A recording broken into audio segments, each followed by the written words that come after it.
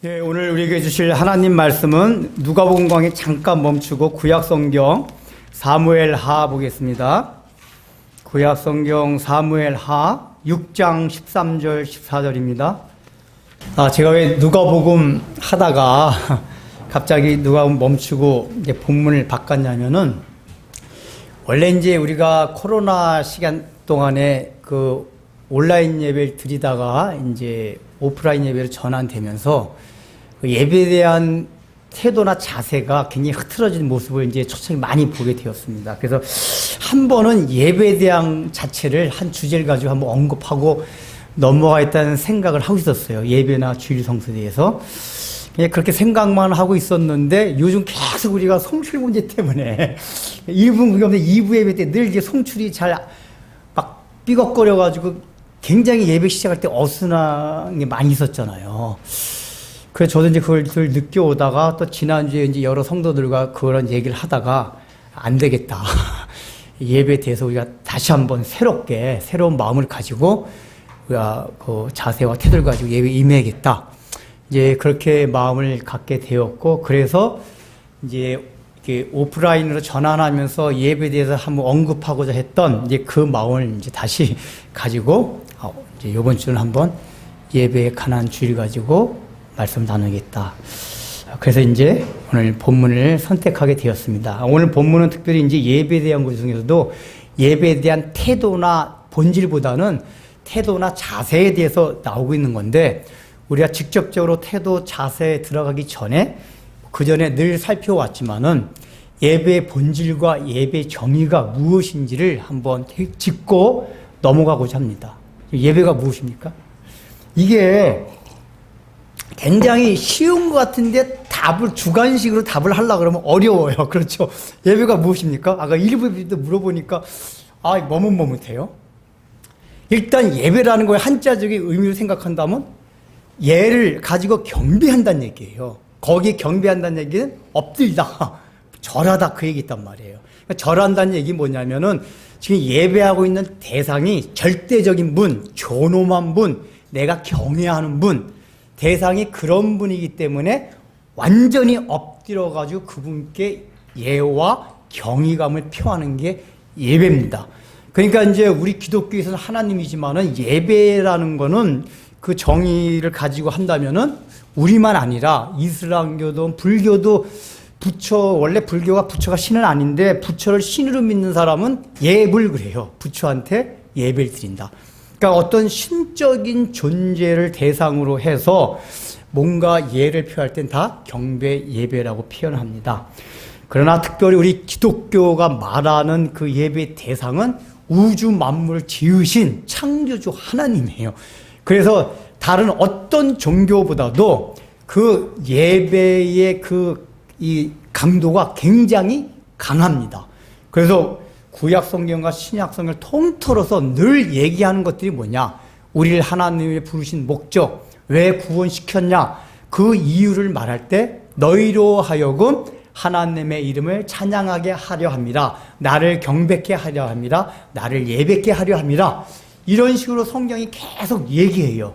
그러니까 우리가 구원받은 궁극적인 목적 자체가 하나님을 예배하기 위해서 부름받고 구원을 받았다, 그 얘기입니다.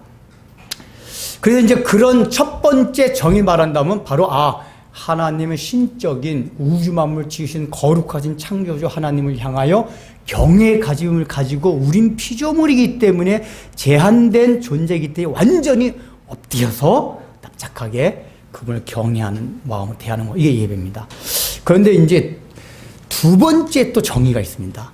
첫 번째 이 정의는 모든 종교가 공통적으로 다 갖고 있습니다. 근데 기독교만이 갖고 있는 또 예배 정의가 있습니다. 우리가 보통 이제 소열이 뭔다. 우리 이제 개혁파 교회에서 여러 가지 역사적으로 내려온 교리를 모아놓은 신조들이 있는데, 청교도 전통을 따르는 개혁파 교회에서 선택하는 게 소열이 문답 다 아시죠? 이제 소열이 문답이라는 걸 이제 이게 우리 교리를 배웁니다. 근데 소열이 문답의 첫 문항이 뭡니까? 인생의 제일 되는 목적이 무엇이뇨? 그래요. 그 답이 뭐죠? 인생의 제일 되는 목적이 무엇이뇨? 역시 교리 잘 배우셨습니다. 좋습니다. 하나님을 영화롭게 하고 그분을 영원토록 즐거워하는 것이다. 그러니까 이제 그 교리의 가장 첫 번째가 뭐냐? 예배에 관한 거예요. 그러니까 첫 번째, 하나님을 영화롭게 하고, 그러니까 하나님을 영화롭게 하니까 예배라는 개념이 우리가 얼마든지 이렇게 생각이 나요. 그죠? 영화롭게 한다니까 하나님을 경배하고 예배하고 찬양하고 이런 느낌이 들어요. 근데 두 번째 어절, 그분을 영원토록 즐거워하는 것이다. 이거는 약간 예배적인 요소 같아요. 뭔가 좀 약간 뉘앙스가 다르지 않아요? 하나님을 영화롭게 한다. 두 번째 어절, 그분을 영원토록 즐겁게 즐겁게 한다가 아니라 즐거워한다. 즐거워한다. 그러니까 즐겁게 한다면 얘기가 되는데 즐거워한다예요. 우리가 예를 들면 나 여행 가는 걸 즐거워한다. 밥 먹는 걸 즐거워한다. 너와 나 데이트하는 걸 즐거워한다. 이게 이렇게 하잖아요. 근데 하나님을 목적어예요. 즐거워한단 말이에요. 여기에 예배에 또 다른 정의가 들어있는 거예요. 여기에 무엇이겠어요? 하나님을 즐거워한다는 얘기가 뭐예요? 하나님을 즐거워한다는 얘기는 실제로 하나님과 항상 동행하면서, 그러니까 그분과 삶을 함께 누리면서 얻는 즐거움, 풀이하면 그거예요. 그러니까 하나님을 즐거워한다는 얘기 안에는 늘 하나님과 동행하고 하나님의 임재하심이 자기의 마음과 삶 가운데 늘 있는 상태를 말해요. 그러니까 동행하다 보니까 하나님 자체를 즐거워하게 되는 거예요. 그러니까 이걸 경험하지 않은 사람은 하나님을 즐거워한다는 게 뭐냐? 내가 좀 더 배고파가지고 밥 먹는 걸, 맛있는 걸 즐거워한다는 거 이해가 되는데 하나님을 즐거워해? 그거는 하나님에 대해서 배고픈 사람만이 알아요. 그래야지 배고파야지 하나님 먹을 때 맛있구나 이걸 안단 말이에요. 그게 즐거워하는 거예요. 근데 그런 사람은 뭐냐? 그 하나님을 배고파했던 사람들이 나타난 결과가 하나님과 동행하는 거예요. 에녹같이. 그러면은 두 번째 정의가 뭐냐?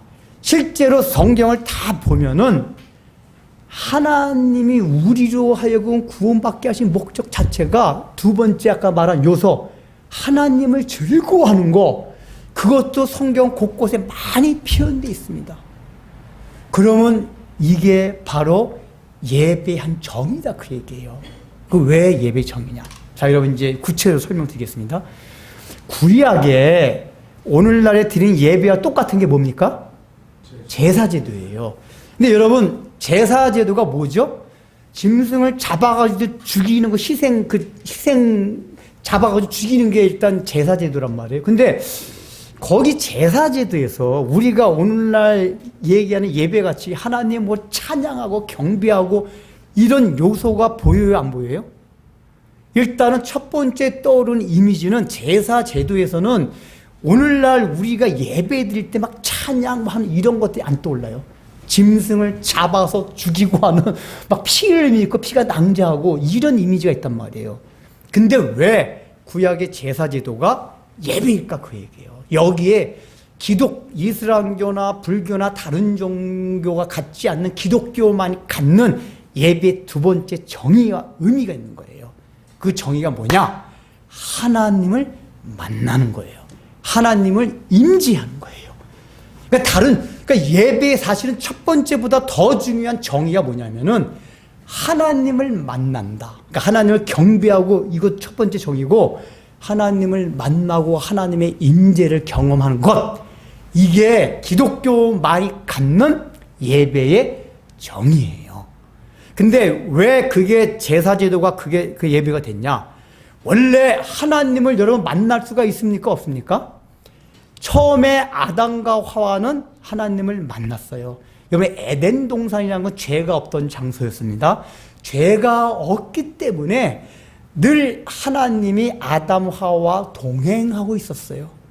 그래서 에덴 동산은 다른 말로 말하면 항상 24시간 내내 계속 예배하고 있던 장소가 에덴 동산이었어요. 왜 그러냐? 하나님과 늘 동행하고 하나님과 늘 만나고 있었기 때문에, 하나님의 임재가 늘 있었기 때문에. 그러나 죄 타락한 이후에 인류는 에덴 동산 쫓겨났어요. 왜 그런지 아세요? 그 창세기 제가 강의하면서 설명을 드렸는데, 하나님이 잔인하게 왜 내쫓냐 그러는데, 우리를 사랑하셔서 내쫓는 거예요. 인간은 죄가 있는 상태에서는 하나님을 만나면 어떻게 된다? 죽는다. 죽어요. 그래서 실제로 구약의 제사 제도에서는 대제사장이 제사진에 들어가잖아요. 그러면 들어갈 때 허리에다가 띠를 두르는데 띠에다 방울을 달아요. 그럼 이제 제사장이 그 안에서 뭐 분향단에 뭐 이게 모두 피우고 뭐 이렇게 할 때 딸랑딸랑 소리가 나게 돼 있어요. 근데 어쩌다 뭐지 딸랑딸랑 소리가 안 나는 경우가 있다. 이건 뭐냐? 그 사람이 거기서 죽은 거예요. 왜 죽냐? 그 제사장이 지성소 안에 들어갈 때 자기 죄를 씻는 속죄, 먼저 그 제사를 드리고 나서 거기 들어가야 되는데 그 일을 안 하고 자기가 죄가 속함을 받지 못한 상태에서 제사진에 지나간다면 뭐냐면은 성막이 있거든요. 성막이 있으면 맨 앞에 마당, 그 다음에 첫 번째 방, 두 번째 방이 있어요. 이게 첫 번째 방이 성소, 두 번째 방이 지성소라 그래요. 그 지성소 안에 맨 안쪽에 법궤가 있는데 그 위에 하나님이 임재를 하셨어요. 그래서 이제 임재하시면 되는데 제사장이 죄를 용서하지 못한 상태에서 거기 딱 들어가면은 즉사해요. 근데 그 사람은 즉사했다고 그 사람을 끄집어내려서 성막 안에 들어가면 다 죽어요. 그러니까 아무도 안 들어가고 끈으로 방울 소리가 안 나면 잡아내가지고 끌어낸단 말이에요. 그런 경우가 가끔 있었대요. 그래서 이스라엘 백성들은 뭐냐? 죄인들이 하나님을 직접 만나면 죽는다. 인디아나 존스란 영화 그거잖아요. 그 스필버그가 유대인이라서 구약 성경의 배경을 아는 거예요. 그 독일군이 법궤 신비한 능력이 있다는 걸 알고 법궤만, 그러니까 그게 원래 법궤가 역사적으로 사라졌거든요. 바벨론 포로 때 법궤가 원래 솔로몬 성전에 있었는데 바벨론이 침공할 때 제사장들이 그걸 법궤 너무 귀중하게 해서 숨겼대요. 그거 뺏길까봐. 숨기는지 아무도 몰라요. 그래서 이제 그걸 찾으러 실제 고고학자들이 그런 일들이 많아요. 이제 그런 배경하에서 인디아나 존스라는 영화가 생겨난 건데, 독일군들도 그래서 이제 법궤를 찾으면 법궤에 신비한 능력이 있다고 생각하는 거예요. 왜냐면은 이스라엘 백성들이 늘 법궤를 메고 전쟁에 법궤를 메고 가면 승리했잖아요. 그러니까 독일군도 그걸 알고만 했는데 법궤를 찾았어요. 그죠? 찾아가지고 법궤 뚜껑을 딱 여는 순간 어떻게 됐죠? 빛이 확 나오는데 다 죽어요. 영화에 보면 녹아서 죽어요. 근데 인디아나에서 그 고고학자, 그 박사는 그걸 알아가지고 법궤 딱 열리는 순간 눈을 딱 가려 안 보고. 그 사람 살아나요. 그죠? 그 교양 영화들을 안 보셨나?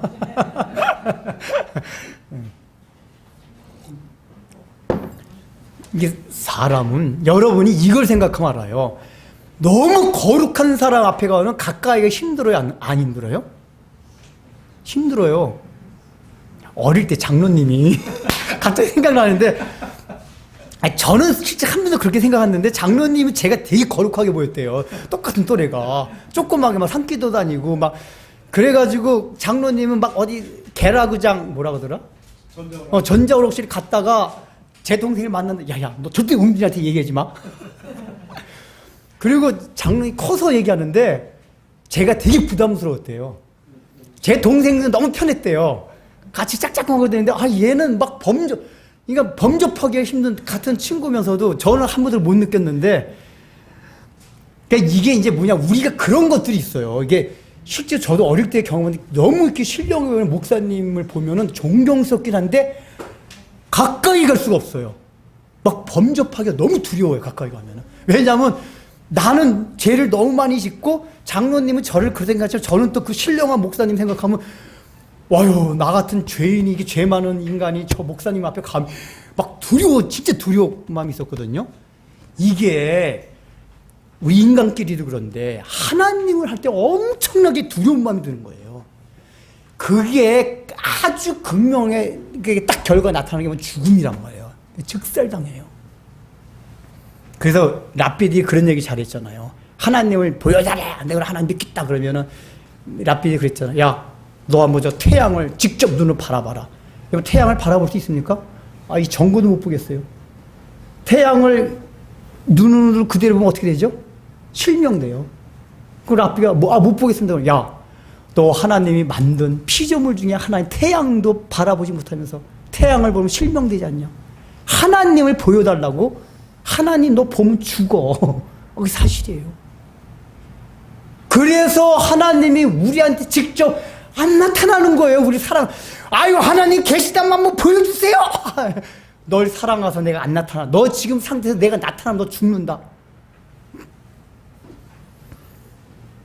인간은 하나님을 만날 수가 없어요. 가까이 갈 수가 없어요. 근데 어떻게 우리가 하나님을 만나게 되었습니까? 구약시대 때는 제사제도. 제가 자기 죄를 양에다가 다 전거합니다.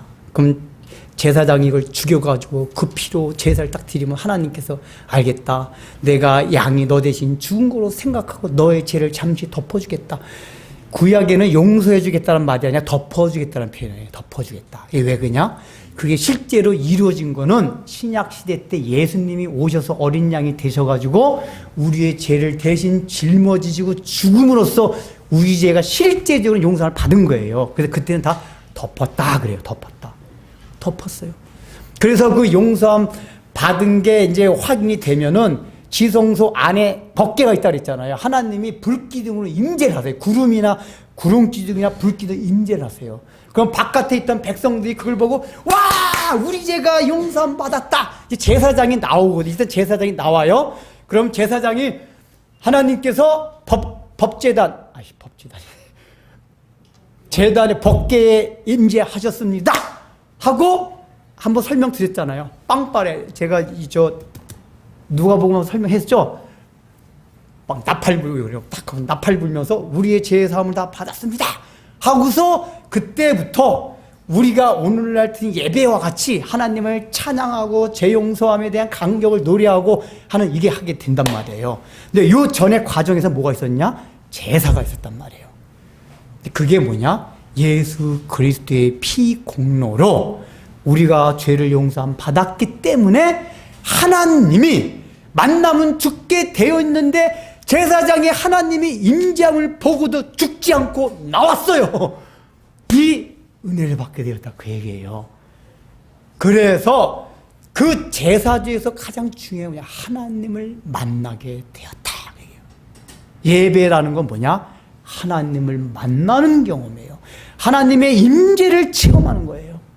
그 예배가 여러분들이 예배 자리에 나올 때는 경외한다 엎드려서 이 차원도 있지만은 더 본질적인 더 중요한 의미 뭐냐? 내가 오늘 예배를 통하여 예배 시간에 하나님을 만나야겠다. 하나님의 임재를 경험해야겠다. 이 갈망을 가지고 오셔야 돼. 예배가 그냥 건성건성 예배 그냥 그러면 그렇지 이게 아니에요. 왜냐? 하나님께서 성경에 약속된 게 뭐냐? 예배를 통하여 하나님이 임재하시고 너희를 만나 주시겠다고 약속했기 때문에 그래요. 구약에서 제사 제도를 통해서 만났듯이 왜냐? 그 제사 제도에 예수 그리스도의 피가 있단 말이에요. 그렇다면은 오늘날 우리가 예배 드려 나올 때 가장 먼저 각인하고 생각하고 짚어야 될 문제가 뭘까요? 여러분이 토요일날 저녁부터 잊어버리고 살고 있다가도 내일 주일이구나. 예배 자리로 나가구나. 그때는 뭘 생각해야 되죠? 내가 한 주간 너무 힘들고 고달프고 부족하고 허물도 많고 짜증도 나고 그러긴 했지만 내가 예수님의 피공로로 다 구원받았구나. 내일이 바로 안식일을 표징하는 날이구나. 그 마음의 준비를 하고 이 예배 자리로 나오라고 얘기해요. 그리고 예배 자리로 나와서 미리 앉아가지고 그걸 묵상해야 돼요. 여러분 찬송가를 보세요. 어떤 이게 찬송가 주제가 좀 다 약간씩 다르거든요. 근데 어떤 주제가 들어가든지 예수님의 속죄에 대한 게 모든 찬송가에 다 들어가 있어요. 왜냐? 우리가 예배 하나님을 만나기 위해야 되는데 하나님을 만나기 위해서 꼭 필요한 게 뭐냐? 예수님이 나를 위하여 피 흘려 돌아가신 속죄의 은혜. 이걸 내 마음에 받아들일 때 하나님의 은혜가 있다. 만나주신 은혜가 있단 말이에요. 그래서 그걸 깊이 묵상하란 말이에요. 제가 예배 시작할 때 그러잖아요. 예수 그리스도의 십자가의 놀라운 구원의 은혜를 묵상하심으로 해요. 그렇게 하잖아요. 십자가의 은혜. 그러니까 원래 첫 번째는 뭐냐면, 첫 번째 정의대로 하나 하려면은 첫 번째 예배 때 뭐죠? 하나님은 창조주 아니십니다. 나는 유한한 피조물입니다. 이걸 고백하고 묵상해야 돼요. 두 번째, 예수 그리스도는 나의 구주입니다. 나는 부족하지만 예수님의 피로 구원받았습니다. 이거를 마음속에 깊이 묵상해야 돼요. 근데 첫 번째 의미보다 두 번째 의미를 깊이 묵상할 때 주는 은혜가 굉장히 많아요. 왜냐? 그 두 번째 은혜는 우리가 계속해서 살펴봤던 거예요. 내가 부족하고 허물이 있고 다 있다 하더라도 주님이 나의 이미 그런 모습을 다 아시고 이미 먼저 사랑하신 거란 말이에요. 그래서 그 신실하신 하나님이 지금 내가 약함에도 불구하고 끝까지 너를 선한 길로 저 푸른 초장으로 인도하겠다 하는 약속이 예수님의 십자가 피 공로 안에 포함되어 있는 거예요. 그러니까 이 얘기는 뭐냐? 우리 현실적인 삶 가운데 당장은 고통스럽고 힘들다 하더라도 궁극적인 선한 길로 인도한다는 그 약속이 십자가의 은혜 안에 있어요. 하나님을 만나고 경험한다는 게 그 안에 있어요. 제가 이번 주 살면서도 그런 경험들 종종 해요. 저는 늘 통장에 돈이 없어요. 그래서 돈이 필요하면 나가서 돈을 법니다. 근데 내일 얼마가 필요한데 짜증나게 오늘 돈이 안 벌려요. 안 벌리면 막 짜증나요. 내일 얼마가 있어야 되는데 왜 저는 통장에 돈이 하나 없거든요. 근데 그때마다 그렇지. 내가 누구지? 하나님의 자녀지. 그럼 주님이 나와 지금 함께 하시는 거 아니냐? 주님이 나와 이게 예배적인 삶이란 말이에요. 주님이 나와 동행하시는 거 아니냐? 그래서 막 흐트러지는 마음을 다시 가다 잡아요. 그리고 이렇게 정서적으로도 안정이 돼요. 안정이 돼요. 근데 놀라운 건 뭐냐면 그 안정이 돼가지고 차근차근 하다 보면은 원래 육신적으로 필요한 것도 딱 채워져요. 너무 신기하고 놀라워요. 이런 경험들을 해봐야 이거 딱 나올 때 아멘이 딱 나오는데 나 참. 더 얘기할까요? 제가 이제 대리운전 한다고 그랬잖아요. 근데 대리가 일반 대리보다 법인 대리라고 해가지고 이 기업의 임원이나 뭐 이렇게 중역들만 상대로 해서 하는 이제 그걸 하거든요. 근데 이제 제가 그렇게 하다 보니까 그 임원이나 중역 중에 믿는 사람들을 몇 번 만나게 됐어요. 이 사람이 나도 믿는 사람인 목사라는 건 모르지만 같은 믿는 사람을 알게 되니까 뭐 그냥 골프장 가나 2시간 내내 자기 간증을 얘기해요. 선생님 제가 어떻게 예수 믿게 되었고 이 본부장까지 오르고 대표자니까 오르고 됐는지 아세요? 근데 이분들 간증이 공통적으로 타게 예배적인 삶에 얼마나 충실했느냐. 그 자기들 너무 신기하고 합니다.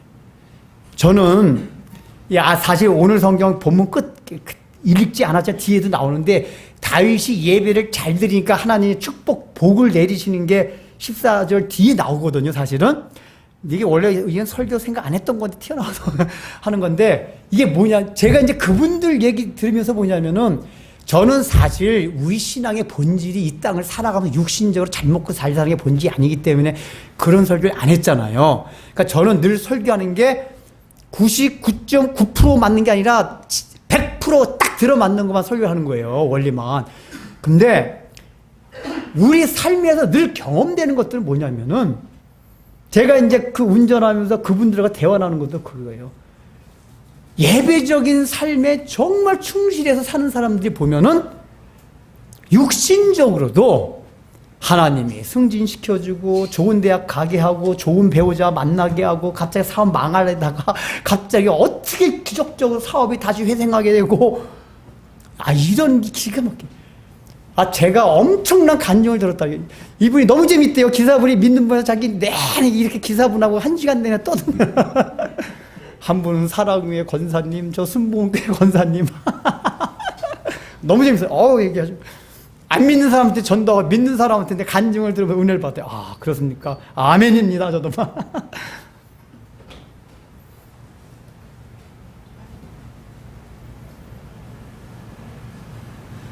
뭔 얘기했다. 그러니까 그러니까 이게 예배, 하나님과 동행하는 삶 가운데 하나님이 주신 그 은혜, 이게 정말 있어요.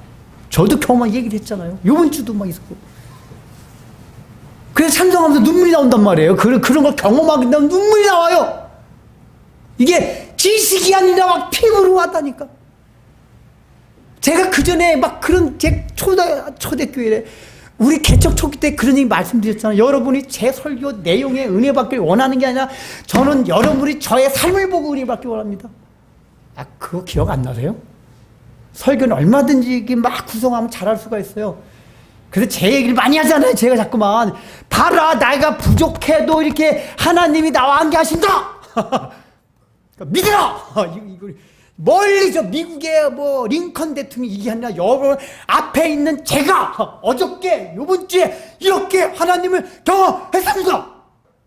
믿으라는 얘기예요. 뭐 제가 제 자랑하려고 그러니까 그게 자랑할 게 없어서 저 중졸이에요, 중졸. 저 학벌이 정직 학벌은 중졸입니다, 중졸. 뭔 자랑할 게 있겠어요, 제가.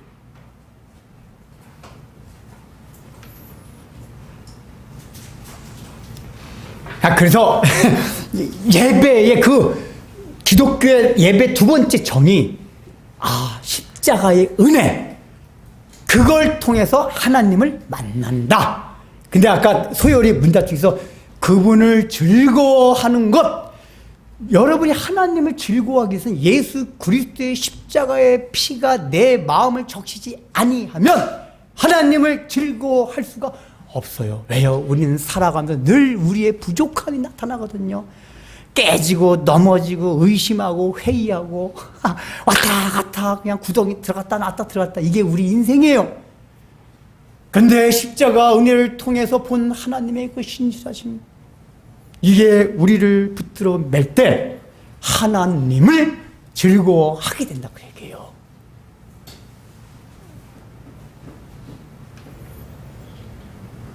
그래서 뭐 예배 정의 얘기하다가 자, 그래서 오늘은 원래 이제 예배가 그만큼 중요해요. 근데 우리가 그래서 우리가 계속 강조했던 건 일상적인 삶에서 예배를 강조해 왔잖아요. 근데 제가 이제 이렇게 살펴보니까 제가 원래 격식과 형식을 중요시 여기지 않는 성향도 있는 데다가 워낙 개척 초기 때부터 우리 일반 교회들이 형식적으로 예수님을 잘 믿는다고 하면서 내용적으로는 엉망진창으로 하는 것에 대해 반발감으로 본질에 대해서는 내 설교를 많이 해왔단 말이에요. 그러나 예수님도 이렇게 말씀하셨듯이 이것도 중하고 저것도 버리지 말아야 할지니. 그러니까 바리새인들의 삶을 보면서 제자들한테 해준 얘기가 그거거든요. 그러니까 이것도 중하고 뭐죠? 바리새인들의 외형적인 거 말고 본질, 그게 더 중한데, 그렇다고 해서 너희들 바리새인들이 갖고 있는 형식적이고 외형적인 저것도 버리면 안 된다 라고 예수님이 제자들한테 얘기를 해줬단 말이에요. 이게 예배도 마찬가지예요. 우리가 이게 쫙 보니까 너무 우리가 지금 예배 가운데 우리가 삶으로 드린 예배가 가장 극명하게 표현되는 의전이 뭐냐면 주일 예배예요. 그래서 제가 수요, 금요 이런 건 사실 원래 용어로는 집회라고 그래요. 예배라고 하지 않고 우리가 그냥 신앙의 증진을 위해서 우리 인간들이 만들어낸 제도란 말이에요. 근데 주일 예배는 인간이 만들어낸 제도가 아니라 하나님이 명령하신 거예요. 이거는 같아 붙아 뭐 토론할 수가 없어요. 왜냐? 이 주일 예배 가운데 우리의 모든 신앙 고백의 내용, 예배 정의가 다 담겨 있단 말이에요. 그러니까 여러분이 예배인 생명을 내걸어야 돼요. 아까 말했듯이 예배 생명을 내걸면 육신적으로 잘 된다니까요. 말씀드렸잖아요. 이게 우리가 손해볼 것 같은데 안 그래요. 주일 예배는 생명을 들고 주일 예배 해야 돼요. 그런데 그렇게 생명을 내고 해야 되는데 우리가 예배 드리는 태도를 보면 시간도 잘 안 지키고 우리가 계속 살폈듯이 너무 막 그냥 예배 시작이 너무 어수선하고 뭔가 준비되지 않은 마음으로 예배를 드리는 것 같고. 그게 제가 처음에는 온라인 예배 드리다가 거기 이게 적응이 많이 돼서 그냥 그러려니 하고, 또 제가 이게 뭐 형식 같은 거 많이 안 보니까 그냥 이렇게 지나왔는데, 계속 이제 이거 보면서 계속 이러면 안 되겠다. 근데 결정적으로 이제 지난주에 또 이제 그걸 느끼고 우리 다른 성도들과 얘기하면서 이렇게 하면 안 되겠다 하고서 이제 형님 내가 예배의 이 형식으로 의존으로 드린 이 예배도 우리가 주일 예배만큼요 중요시 여기고 어떤 자세를 가지고 해야 될 것인가, 그거 한번 좀 생각 좀 해야겠다. 그게 오늘 본문입니다. 자, 13절 보세요. 이게 이제 다윗, 이 본문은 배경이 뭐냐면은, 이스라엘이 적국인 블레셋한테 벗개를 한번 빼앗겼어요. 근데 블레셋이 이 벗개를 왜 빼앗아갔냐면은, 옛날부터 소문을 들어보니까, 이스라엘 전쟁 나갈 때마다 벗개를 메고 나간단 말이에요. 그러니까 벗개를 메고 나가면 승리를 하거든요. 자기네가 볼 때 저 이스라엘은 군사력 이런 거 약한데 꼭 승리를 해요. 그러니까, 이스라엘 사람들이 믿는 저 여호와 신이 저 벗개 안에 있다고 하는데 그 능력이 나타나나 보다. 그래서 우리가 벗개 뺏어오면 우리 블레셋한테 엄청나게 능력이 있을 것이다 라고 생각을 하고 벗개를 빼앗아가요. 근데 그 뒤부터 어떤 일이 나죠? 블레셋 안에서 막 재앙이 내려요. 막판에는 그 벗개를 자기네가 믿는 다곤 신이라고 해서 다곤 신전에다 벗개 모셔두거든요. 다곤 신이 모가지가 딱 잘라져 버려요. 우상 그 모가지가 잘라져 버려요. 그러니까 이 블레셋이 겁이 나가지고 이스라엘한테 사실 보내고, 야, 벗개 다시 갖고 가. 그래서 이제 벗개를 가지고 돌아오는 겁니다. 그러니까 다윗이 벗개 빼앗겼을 때 얼마나 마음이 아팠겠어요. 벗개가 다시 돌아온다고 하니까 너무 기쁘고 즐거워서 여기 13절에 다윗이 제사를 드리고 예배를 드린다 그 얘기예요. 예배를 드린다고 나와요. 너무 기뻐서. 근데 예배일 때 첫 번째가 뭐냐면 거기 예배를 드리는데 6걸음을 가매, 벗개를 맨 사람들이 6걸음을 가매 다윗이 소와 살찐 송아지로 제사를 드리고 그래요. 그러니까 이게 벗개를 메고 막 들어온다. 막 뒤에는 이스라엘 병사들이 막 따라와요. 막 따라오는데 이 다윗이 제사를 지내는 시점이 언제냐? 그 맨 사람들이 6걸음을 갔을 때 제사를 지냈다 그 얘기예요. 이 얘기가 뭐냐면은 제사를 지내기 전에 준비 과정을 말하는 거예요. 이 준비 과정이 딱 완전히 찼을 때 이 6걸음이 그 얘기예요. 내용상은. 그러니까 이 얘기 뭐냐? 다윗이 제사를 드린 데 있어서도 아무렇게나 한 게 아니라 예배 자체도 중요한데 예배를 아주 마음에 정성된 마음으로 힘을 다해서 준비해가지고 준비가 됐을 때 제사를 지냈다. 예배를 했다 그 얘기예요. 예배를 했다. 그리고 그게 더 구체적으로 설명하는 게 이제 14절 보세요. 14절 다 읽겠습니다. 시작.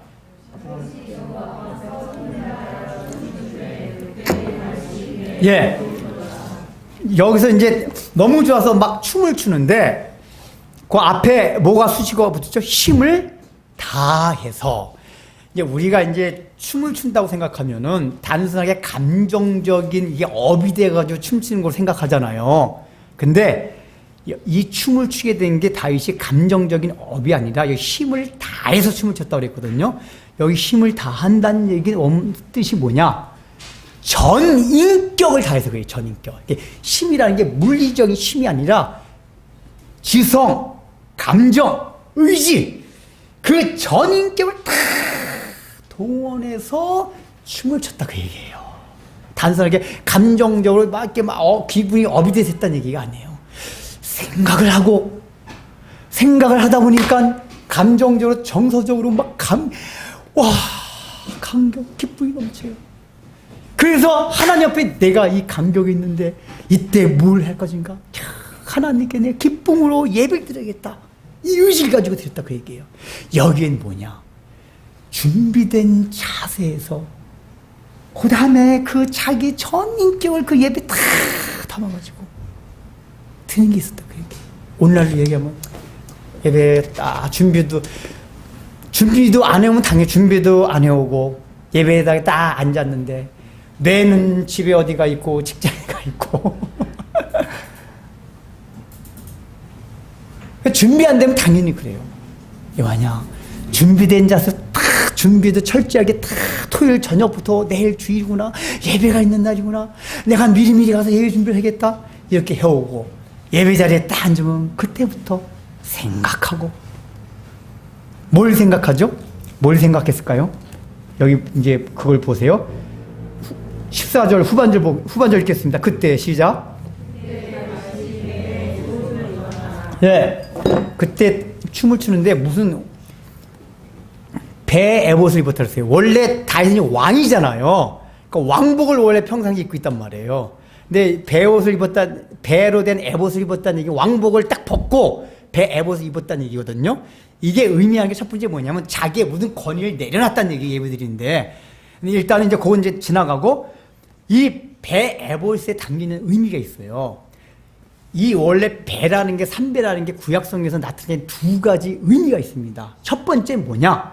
뭘 기억하게 할 때 배옷을 입어요. 이게 어떤 사실을 우리 선조들이 어떤 걸 했다 할 때 배옷을 입고 그것을 기억하게 합니다. 민수기에 그런 내용이 나와요. 그 두 번째 배옷이 뭐냐? 배라는 거는 그 마음이 상한 심령, 깨진 심령. 우리가 보통 우리나라도 그렇잖아요. 이렇게 사람이 주로 삼배 옷을 입고 막 이렇게 그 통곡하고 그러듯이, 이 배옷이라는 게 뭐냐면 그 마음에 깨진 심령, 상한 심령, 이걸 표현할 때 배옷을 입는다고 해요. 그러니까 두 가지입니다. 뭘 기억함으로써 상한 심령이 되었다, 그 얘기예요. 근데 또 하나 살필 게 에봇이 있잖아요. 에봇. 에봇이 뭐냐면은, 에봇은 원래 옷 이름입니다. 옷인데 제사장이 겉옷 전에 제사장이 입는衣服 중에 조끼 같은 게 있어요. 속옷 다음에 입는 조끼 같은 옷이 있는데 그 옷을 에봇이라 그래요. 그건 원래 제사장만 입게 돼 있는데 지금 다윗이 입었어요. 근데 이게 제사장이 입지 않아서 누가 입었으냐? 사무엘이 입은 적이 있었어요, 어릴 때. 사무엘은 제사장이 아닙니다. 레위지파가 아니에요, 사무엘은. 선지자지. 근데 사무엘이 왜 입었냐? 사무엘은 나실인, 하나님께 특별히 구별된 자다 그랬단 말이에요. 그래서 하나님께 어떤 구별된 자로서 한번 표시를 해줄 때 에봇을 잠시 입었었어요. 다윗이 지금 에봇을 입었다는 얘기는 사무엘이 입은 것과 같은 의미예요. 제사장은 아니지만 내가 하나님 앞에 구별된 자로서 이 자리에 서 있다. 어떤 구별된 자요? 나는 하나님의 백성이다. 그래서 왕복을 벗었다는 게 이 일반 세상에서 왕과 백성들 사이에 신분적인 어떤 그 차이가 있잖아요. 근데 왕복을 벗고 표면적으로 덩실덩실 춤을 추니까 이제 뒤에 내용이 뭐가 나와요? 미갈이 그 보고 있다. 아이고 저 뭐야, 왕이라는 게 채통 없게 춤이나 추고 막 이러고 막 비난을 해요. 이게 다윗이 사실 그러니까 왕의 채통을 가리지 않고, 그러니까 보통 사람이 볼 때 굉장히 그 채통이 없이 보였다는 얘기예요. 그걸 다 내려놨다는 얘기가 뭐냐? 나는 하나님의 구별된 백성이라는 의식을 했다는 얘기예요. 이거 할 때. 의식을 함으로써. 근데 거기 배옷을 입었잖아요. 의식을 할 때 무엇이 기억나냐? 지금까지 다윗이 그 벗개를 빼앗겼을 때 얼마나 마음이 아팠겠어요. 근데 자기네가 전쟁하지 않고도 블레셋이 그냥 돌려주는 거 아니에요. 근데 그게 이스라엘 역사 보면 얼마나 그게 많아요. 하나님이 이스라엘 백성이 우상 숭배하고 잘못해가지고 한번 외국의 적들 통해서 한번 쳐요. 근데 멸망시킨 게 아니라 또 그들을 물러나게 하고 다시 이스라엘 백성을 회복시켜줘요. 근데 그런 가운데 보면 이스라엘 백성이 잘하는 게 하나도 없어요. 그러니까 지금 여기서도 다윗이 생각할 때 자기네가 여전히 잘하는 게 없는데, 자기네가 가만 생각해보니까, 야, 하나님 앞에 우리가 이런 범죄를 저질렀구나. 그래서 벗결 빼앗겼구나. 근데 또 이스라엘 백성이 잘한 것도 없어요. 잘한 것이 없음에도 불구하고 벗개가 다시 돌아와요. 하나님의 은혜로다. 그러면서 자기네 조상들의 모든 역사를 살펴봐도 출애굽할 때부터 그렇고 얼마나 배반하고 원망하고 하나님이 다시 이끌어주고 배반하고 원망하고 다시 세워주고, 이게 이스라엘 역사고 구약의 역사잖아요. 다윗이 그걸 생각하는 거예요. 그걸 생각하면서 이스라엘 민족의 자기 자신의 연약함을 뼈저리게 느끼는 거예요. 하나님, 우린 참 연약하고 부족한 자들입니다. 그런데 하나님의 은혜가 그걸 덮는군요. 그냥 우리의 부족함을 깨지 깨닫게 되는 상태를 뭐라 그러냐? 심령이 깨졌다 그래. 그러니까 심령이 깨진 걸 우리의 국어사전적인 의미로 잘못 이해하면 삐졌다 그런 식으로 생각할 수 있는데 삐진다는 얘기가 아니에요. 구약성경에서 이게 상한 심령 이런 표현은 깨졌다는 얘기인데, 깨졌다는 얘기는 우리의 마음이 하나님 앞에서 어떤 존재라는 걸 다 알게 되는 것을 겸손해지는 상태를 말해요. 하나님, 우리는 이런 존재입니다. 그런데 이 존재를 하나님이 이렇게 사랑하시는군요. 그래서 하나님을 더욱더 막 바라보게 되는 상태, 이게 상한 심령이에요. 그래서 시편 51편에서 그 얘기를 합니다.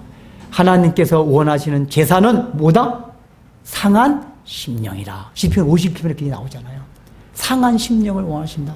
상했다는 게 마음 짜증난 그 삐졌다는 얘기가 아니라 완전히 깨져가지고 하나님, 우리의 나의 삶을 돌아봐도, 지금 내 마음의 상태를 봐도 우리는 하나님 앞에서 이렇게 연약한 자입니다. 그런데 우리 하나님은 이 연약한 양들 이렇게 사랑하시는 신실하신 분이군요. 그리고 하나님 바라보는 거예요. 지금 다윗의 마음이 이렇게 되었다는 거예요. 여기 배에 옷을. 그러면서 자기의 민족들의 역사도 쭉 생각했을 거 아니에요. 저기 자기 당대의 이스라엘 그것도 얘기하고 이거를 생각했다 그 얘기예요. 그러니까 아까 여기 힘을 다해 지적으로 생각으로 이렇구나. 그걸 생각하니까 그 다음에 뭐가 와요? 순서적으로 감정적으로 감격이 온단 말이에요. 너무 고맙고 감사하다. 그러니까 어떤 마음이 돼요 이제는? 왜 우리는 상한 심령에서 하나님 참 이런 죄 울면서 되는데 그 운다는 거는 찌질해가지고 막 구더기 속에 드는 울음이 아니라 바로 기쁨과 환희와 소망으로 바뀌는 울음 막 그렇게 됐다가 하나님 너무 감사합니다. 그러니까 하나님께 대한 감사와 감격과 찬양. 그러면서 더욱더 우리가 이제는 정말 하나님 앞에 더욱더 예배된 삶에 충실해야겠다. 이 의지적 결단을 가지고 더욱더 예배자로 삶을 살기 위해서 막 다진단 말이에요. 지금 다윗이 힘을 다하고 있다는 게 그 얘기예요. 오늘날 우리가 과연 예배를 대하면서 이런 태도와 자세가 있냐 그 얘기예요.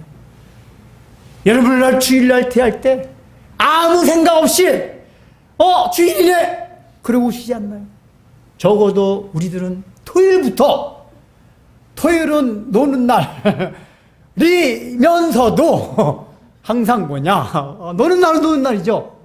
주일을 준비하는 날이에요. 어떻게 준비해요? 내일은 준비구나. 뭘 생각해야 돼요? 다윗은 그러니까 여기 아까 6걸음 옮기듯이 토요일부터 우리도 6걸음을 다 하나 둘 셋 딱 준비하란 말이에요. 그 준비를 하면서 하고 그거 하면 그 내용 중에 뭐였냐? 하면서 내일은 주일이니까 예수님의 십자가의 그거를 다시 한번 내 마음에 생각해야겠다. 우리의 삶을 다시 한번 계속 돌아보세요. 곰곰이 겸손히 우리가 조용히 잘 생각하면 하나님의 은혜가 뭔가 나의 마음 밑바닥서부터 하나하나 찾게 돼요.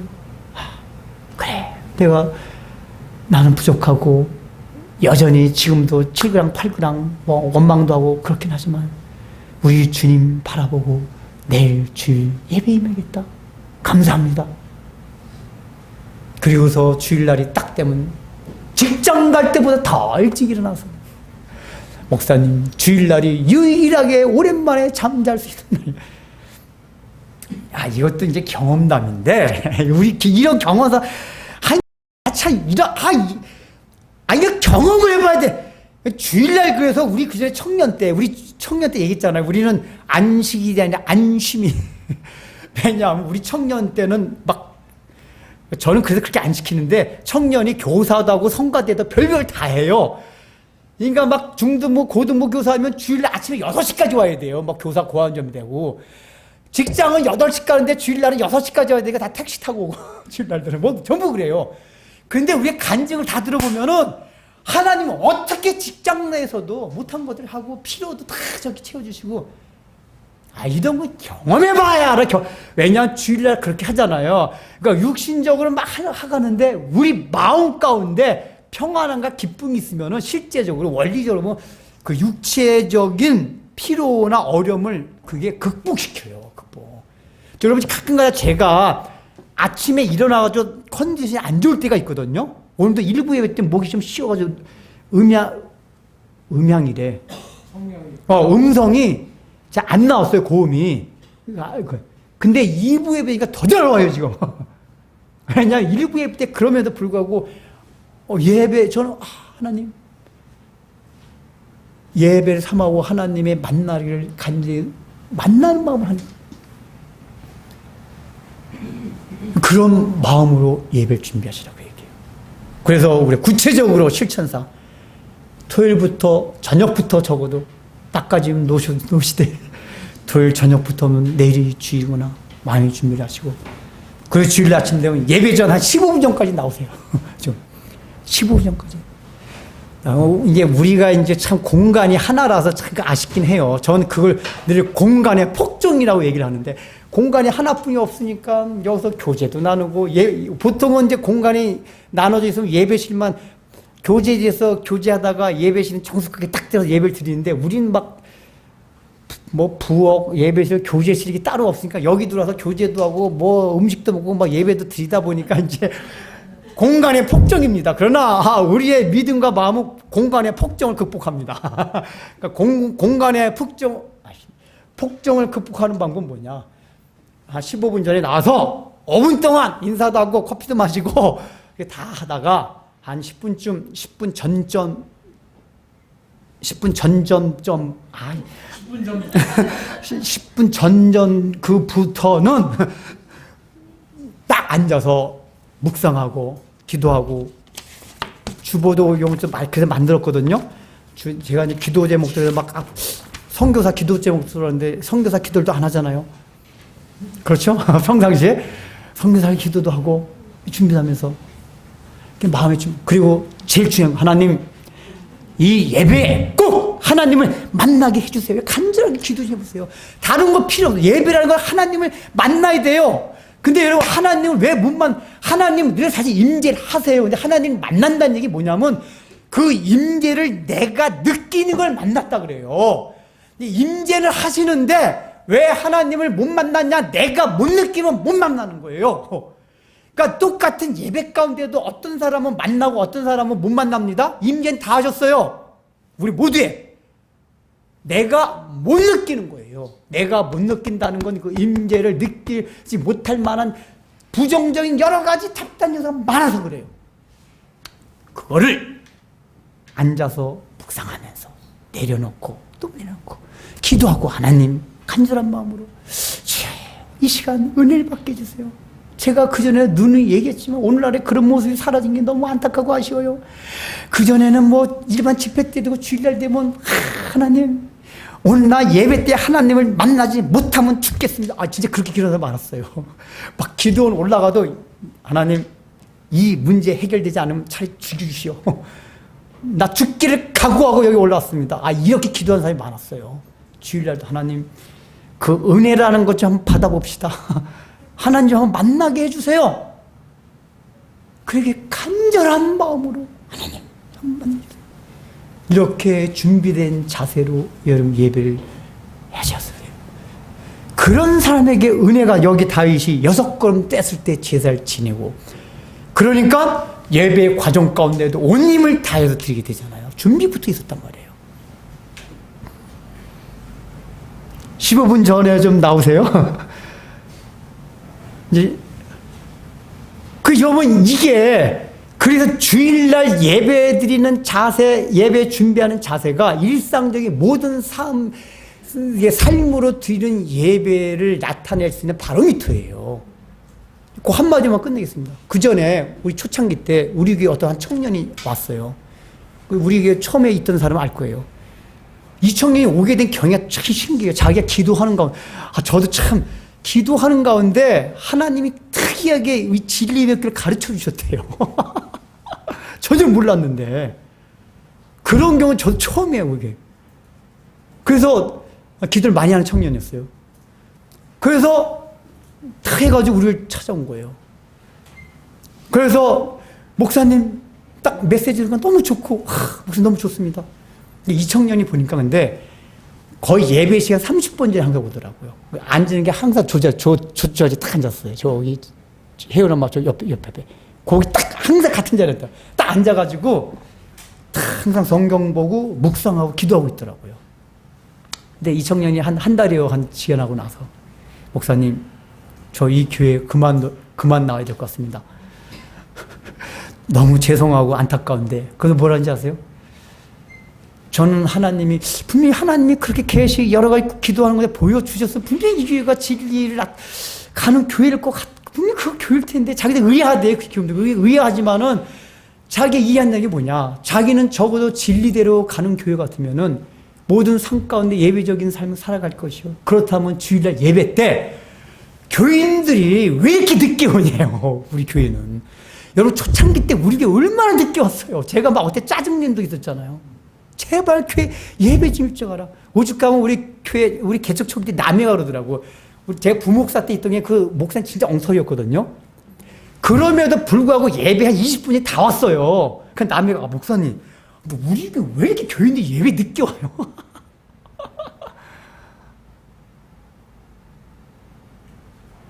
그러니까 얼마나 예배에 대하는 태도와 자세가. 야, 나는 이제 개혁주의 해가지고 다 신앙 깊은 줄 알았는데 아닌가 보다. 초신자들인가 보다. 그 예배 기본이거든요, 사실 가장 기본. 예배 시간은 기본이에요. 그래서 그 청년이 목사님 죄송합니다. 그리고 우리를 떠났어요.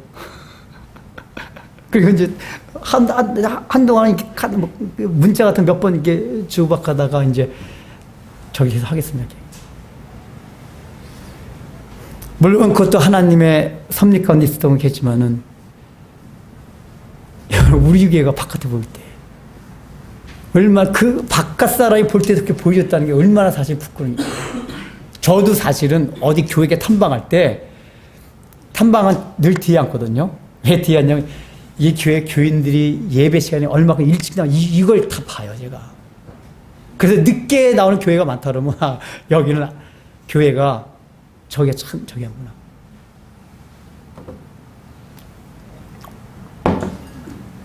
요즘은 이제 옛날보다 많이 낮았어요. 현대 얘기하는 거지만은. 그래서 구체적으로는 일찍 나오자. 일찍 나와서 잠깐 동안 커피 마서 교제 나누고 여유 있게 나와야지 그것도 되잖아요. 부랴부랴 헐레벌떡. 그 무슨 은혜가 되겠어요? 설교나 듣자. 그러면 예배가 수동적이 돼요. 예배도 우리가 힘을 다한다는 얘기, 전인격을 다한다는 얘기, 예배 능동자로 참여한다. 예배는 설교 들으러 오는 수동자가 아니에요.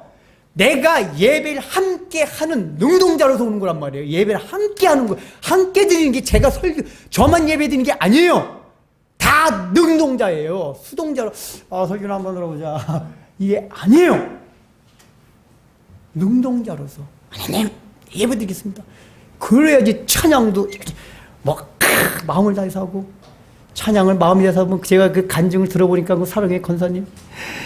그래서 막 예배를 사모했다가 가니까 막 찬송가, 이 준비 찬송가 이게 큰 교회 보면 이렇게 막 찬양단이 나가 하잖아요. 막 들어가는데 막 찬양하는데 막 은혜가 돼가지고 막 눈물이 쏟아지고. 헐레벌떡 오면 그런 거 없어요. 자, 그래서 여러분들 이제 주보 봅시다. 주보에 우리 예배 순서 그 마지막 밑에 보면은 1, 2, 3, 4번, 1, 2, 3, 4번 적은 거 있죠? 주보에. 자, 그 위에서부터 한번 우리 같이 이 시간을 거기서 같이 읽어보겠습니다. 시작. 이 시간을 좀 더 제대로 확실하게 경험해 보고자 그 위에 다음의 몇 가지를 온 교회가 시작해 보면 좋겠습니다. 1. 읽으세요. 시작. 1.